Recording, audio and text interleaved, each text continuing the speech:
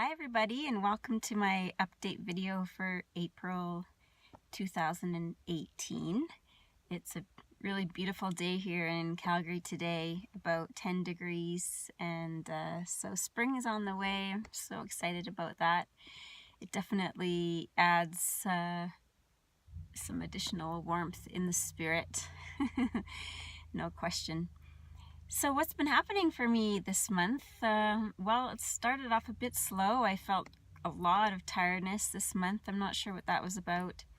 I'm not really getting any answers from any doctors about any of that, even though I've asked a few times and shared what my symptoms are. But as my journey has shown time and time again, that it's really so important just to take things into my own hands and figure it out myself. So that's what I'm in the process of doing. And other than that, I've been feeling really great. Really excited to be here, to be alive right now at this time. And this April actually is the anniversary of when I was first diagnosed with breast cancer, which was 7 years ago this month.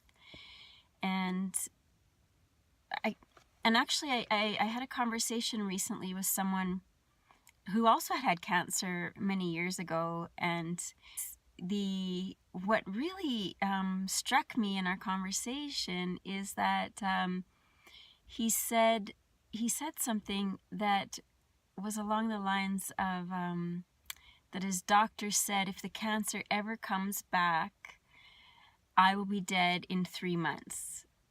And I said to him, well, that's the doctor's perspective. Don't believe what the doctor says around. He's like, oh no, the doctor said.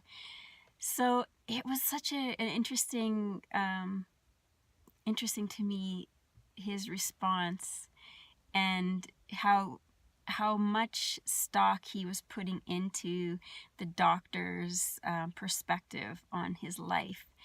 And I guess the same thing happened to me, actually.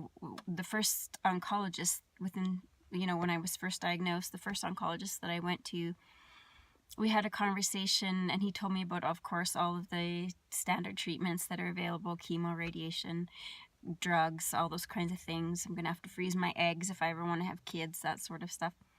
And when I asked him the question, and maybe some of you have heard me tell this before, but when I asked him the question, and what about someone who's followed like a holistic or a natural approach to healing, what is their chance of survival, or what's their success rate?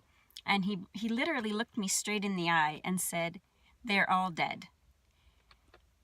And so we were talking about like within a period of 5 years after being diagnosed. And I said to myself, well, that's interesting, and I really don't think that's likely true.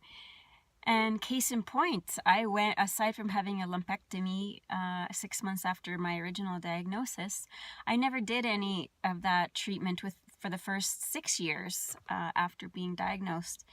So it just goes to show that, I'm a living example that, doctors don't know, and they're everything. They certainly have a specialty and they have an expertise, but there's so much to be said about your own personal belief and,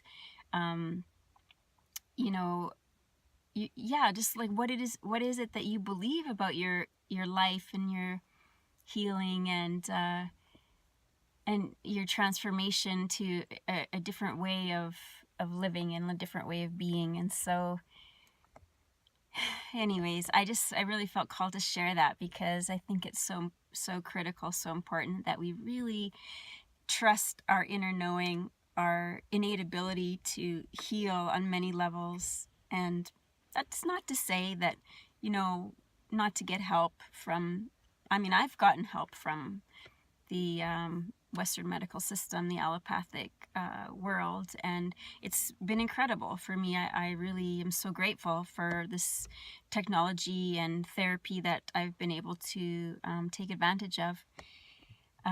But I also get that that I chose that very consciously, and I chose that because that was my knowing. It wasn't because the doctor said I needed to do this for any particular reason, such as not dying. So there you go. Anyways, that's my 2 cents for this 11th day of April. Thank you for tuning in, and yes, I hope you have a really wonderful, amazing, bliss-filled day.